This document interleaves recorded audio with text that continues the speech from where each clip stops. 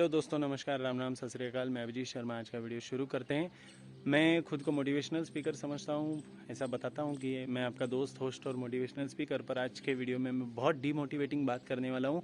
क्यों करने वाला हूँ? क्योंकि कभी कभी कुछ ऐसे सच हमारे सामने आने ज़रूरी होते हैं जिन सच्चाई के बारे में अगर हमें नहीं पता हो तो हम भ्रम में, हम अंधविश्वास में ज़िंदगी बिता रहे होते हैं। सारी दुनिया अभी ओलंपिक खेल रही है।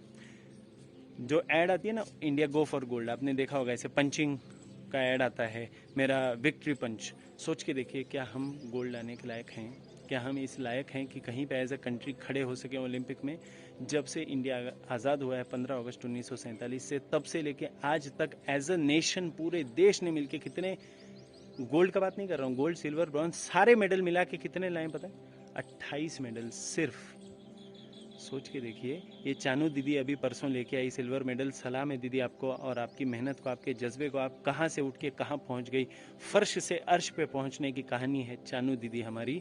बहुत मेहनत की उस व्यक्ति ने, उस दीदी ने, उस लड़की ने। और मुझे ऐसा लगता है कि हर उस बेटी का सम्मान होना ही चाहिए, हर उस बेटे का भी सम्मान होना चाहिए जिसने तिरंगे का नाम रोशन किया, तिरंगे को ऊंचाई पे लेके गया है। पर सोच के देखिए, क्या हम इस लायक हैं कि हमारे पीछे ओलंपिक का झंडा लगे, तिरंगा कहीं पे लहराया जाए? 28 गोल्ड मेडल सिर्फ पूरे देश ने मिलके। और अमेरिका का स्विमर है सर माइकल फेल्प्स। सर क्यों बोल रहा हूँ? क्योंकि वैसा काम किया है। माइकल फेल्प्स ने 28 मेडल्स खुद जीते हैं, खुद इंडिविजुअल। पूरे देश के तो बात ही छोड़ दो, हमने पूरे देश ने मिलकर ओलंपिक में 28 गोल्ड मेडल जीते हैं और उस अकेले बंदे ने 28 गोल्ड मेडल जीते हैं। तो क्या हम माइकल फेल्प्स के जितने ही हैं पूरा देश मिला के, 137 करोड़ लोग मिला के? क्यों ऐसा हो रहा है? उसके बहुत सारे कारण हैं, मुख्य 3 कारण मैं समझता हूँ। एक है कि जो खेलना चाहता है उसको खेलने का मौका नहीं मिलता। पॉलिटिक्स की वजह से हो, फैसिलिटीज़ ना हो इस वजह से हो, या जो भी रीज़न हो। स्कूल में हमारे, मैं जब छोटा था, हमको एक बहुत अच्छा स्टेटमेंट बताया जाता था, घर पे भी और स्कूल में भी। पढ़ोगे लिखोगे बनोगे नवाब। नवाब यानी राजा, सक्सेसफुल। पढ़ोगे लिखोगे बनोगे नवाब, खेलोगे कूदोगे बनोगे खराब। अभी वो वाक्य उतना सुटेबल नहीं है, पर इसका ये मतलब नहीं कि पढ़ने का कोई इंपॉर्टेंस नहीं है। पढ़ने लिखने का इम्पोर्टेंस था, है और हमेशा रहेगा, क्योंकि ज्ञान अर्जित करने से बढ़ के ज़िंदगी में कोई सक्सेस नहीं हो सकती। पैसे से भी बढ़ के ज्ञान है, बाप के नाम से भी बढ़ के ज्ञान है, बड़े सरनेम से बढ़ के भी ज्ञान है, संपत्ति से भी बढ़ के ज्ञान है। पर क्या वो ज्ञान खेल के फील्ड में नहीं हो सकता? ज्ञान तो किसी भी फील्ड का हो सकता है। आज सचिन तेंदुलकर को गॉड ऑफ क्रिकेट इसलिए नहीं बोलते कि वो 10th में इतना मार्क्स लाया था, 12th में उतना लाया था। 12th पढ़ा ही नहीं उसने। इसलिए बोलते हैं क्योंकि वो अपने खेल का सबसे बड़ा ज्ञानी माना जाता है। सोच के देखिए, क्या हम एज अ कंट्री सक्सेसफुल नहीं हो सकते ओलंपिक में या किसी भी स्पोर्ट में? सिर्फ क्रिकेट ही सब कुछ है क्या? क्रिकेट खेलते रहेंगे, बाकी तो कोई खेल ही नहीं है? क्रिकेट मेरा भी फेवरेट गेम है, पर क्या सिर्फ क्रिकेट ही दुनिया है हमारे लिए? 3 मुख्य रीज़न की बात कर रहा था। पहला रीज़न है, जिसको खेलने की इच्छा है उसको खेलने नहीं दिया जाता। हमारे स्कूलिंग सिस्टम में सबसे बड़ा प्रॉब्लम है कि सिर्फ पढ़ाई पढ़ाई पढ़ाई पढ़ाई। और जो पीटी या पी यानी फिजिकल एक्सरसाइज, जो भी आपके स्कूल में नाम दिया गया हो, पीटी या पी, उसके लेक्चर में हमको क्या सिखाया जाता है? या तो कोई और दूसरे सब्जेक्ट का टीचर क्लास में घुस जाता है, बोलता है मेरा सिलेबस बचा है इसलिए मैं पढ़ाऊंगा, मेरा सिलेबस कंप्लीट करूंगा, वो पीटी का लेक्चर बर्बाद कर देता है।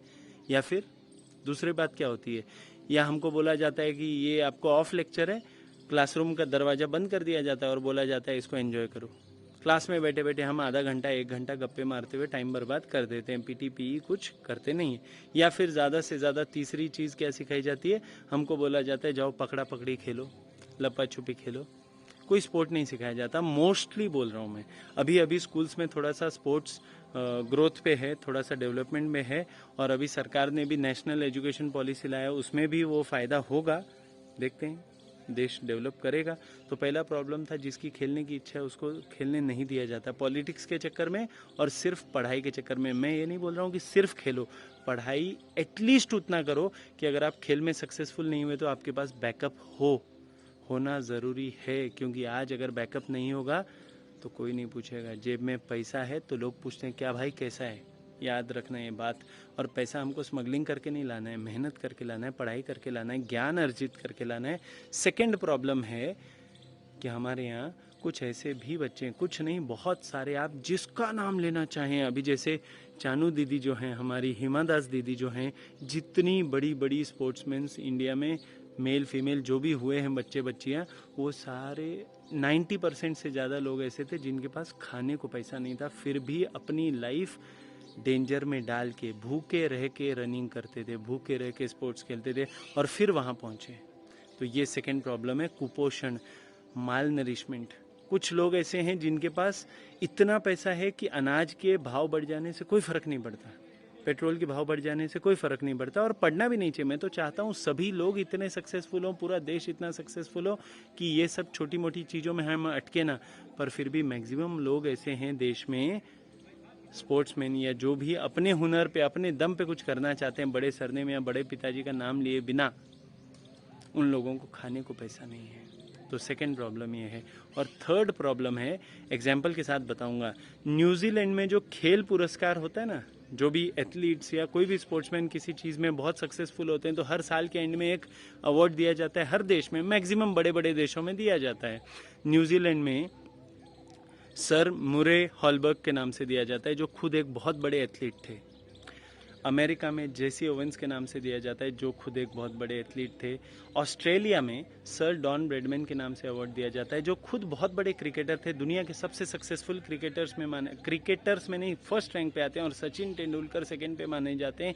इतने बड़े लोगों के नाम पे अवार्ड दिया जाता है। और इंडिया में खेल पुरस्कार किसके नाम से देते हैं? राजीव गांधी जी के नाम से। राजीव गांधी जी ने मेरा कुछ चुराया नहीं, मेरा कोई पर्सनल झगड़ा नहीं है, देश से बहुत कुछ चुराया उन्होंने, तो वैसे तो इनडायरेक्टली तो झगड़ा है ही है, बेईमान तो थे ही थे, उन पे बहुत सारे केसेस थे, आप जानते ही हो। और अगर नहीं जानते हो तो यूट्यूब भरा पड़ा है, गूगल भरा पड़ा है, आप सर्च कीजिए, आपको पता पड़ेगा उन्होंने क्या क्या किया और कितने केसेस हुए, कितने करप्शन चार्जेस लगे उन पे, उनकी माता जी पे, और उनके नाम से खेल पुरस्कार दिया जाता है। सोच के देखो, वो पुरस्कार राजीव गांधी के नाम से दिया गया, ना वो कभी कोई स्पोर्ट्समैन था, ना उसको कोई स्पोर्ट्स आता था। अगर मेरे नाम से कोई अवार्ड दिया जाए, मैं कभी स्पोर्ट्समैन नहीं था, मेरे को कोई स्पोर्ट्स आता नहीं, मेरे से भी गया गुजरा केस अगर कोई हो स्पोर्ट्स में, उसके नाम से अगर दिया जाए अवार्ड, ये बदनसीबी है। तो प्लीज़ ये तीन चीज़ों पे मैं मेरे बच्चों को, मेरे प्रेक्षकों को, मेरे दोस्तों को ये क्यों बता रहा हूँ, ताकि हमको पता हो कि हम इस देश में रह रहे हैं, हम उनकी मदद करें जो मेहनत करना जानते हैं, हमसे ज़्यादा मेहनत कर रहे हैं, भूखे रह के भी। हिमा दास के पास जूता पहनने को पैसा नहीं था, आज एडिडास हिमा दास के नाम से जूता लॉन्च करता है, इसको बोलते हैं सक्सेस। चानू दीदी, जो हमारी चानू जी जो हैं, उनको लोग नेपाली चाइनीज़ बोल बोल के चिढ़ाते थे, उनके पास खाने को पैसा नहीं था, आज भी वो ज़मीन पे बैठ के खाना खाती है, पर आज उसको 1 करोड़ की धनराशि मिली है उसके राज्य सरकार से, और बहुत सारी फैसिलिटीज़ मिल रही हैं केंद्र सरकार से। यही होना चाहिए, और मैं तो बोलता हूँ ये बहुत कम है। इतना करो लोगों के लिए, स्पोर्ट्समैन के लिए सरकार ने इतना करना चाहिए, और हमने भी इतना उनको सपोर्ट करना चाहिए कि मैक्सिमम बच्चे स्पोर्ट्स में जाना चाहें। एक बात याद रखिए, स्पोर्ट्स गारंटीड प्रोफेशन नहीं है, पर अगर समझो मैं बहुत मेहनत किया रनिंग में, अगर मैं एथलीट नहीं बन पाया तो भी फिट तो हो जाऊंगा ना यार, मेरी आने वाली पीढ़ियां फिट हो जाएंगी, क्योंकि डीएनए धीरे धीरे धीरे धीरे म्यूटेट होने लगता है जब हम कोई चीज़ रोज़ करते हैं, और पॉजिटिवली म्यूटेट होगा ना। अगर मैं कोई भी एक्सरसाइज रोज़ कर रहा हूँ, तो मैं यही बताना चाहता हूँ कि स्पोर्ट्स गारंटीड सक्सेस वाला या गारंटीड प्रोफेशन नहीं है, पर फिर भी प्रोफेशन नहीं बना तो भी ठीक है, इट्स ओके। हेल्थ तो बनाएगा, इंडिया फिट हो जाएगा, हम फिट तो इंडिया फिट, और साथ में और मेडल्स आने लगेंगे। जय हिंद।